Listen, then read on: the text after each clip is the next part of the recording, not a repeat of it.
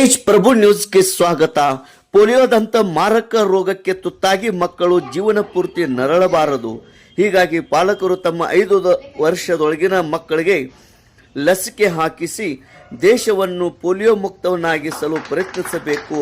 ಈ ಒಂದು ನಿಮಿತ್ತವಾಗಿ ಸಂಕೇಶ್ವರ ಪಟ್ಟಣದ ಹನುಮಾನ್ ನಗರದ ಹನುಮಾನ ಮಂದಿರದಲ್ಲಿ ಇಂದು 21 ಡಿಸೆಂಬರ್ 2025 ರವಿವಾರ ಈ ಒಂದು ಪಲ್ಸ್ ಪೋಲಿಯೋ ಲಸಿಕೆಯ ಅಭಿಯಾನಕ್ಕೆ ಚಾಲನೆ ನೀಡಲಾಯಿತು.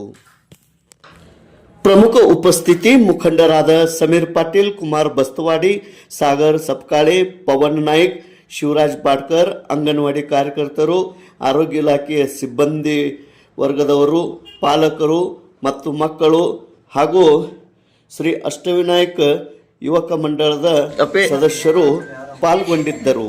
ತೇಜ್ ಪ್ರಭು ನ್ಯೂಸ್, ಸಂಕೇಶ್ವರ್.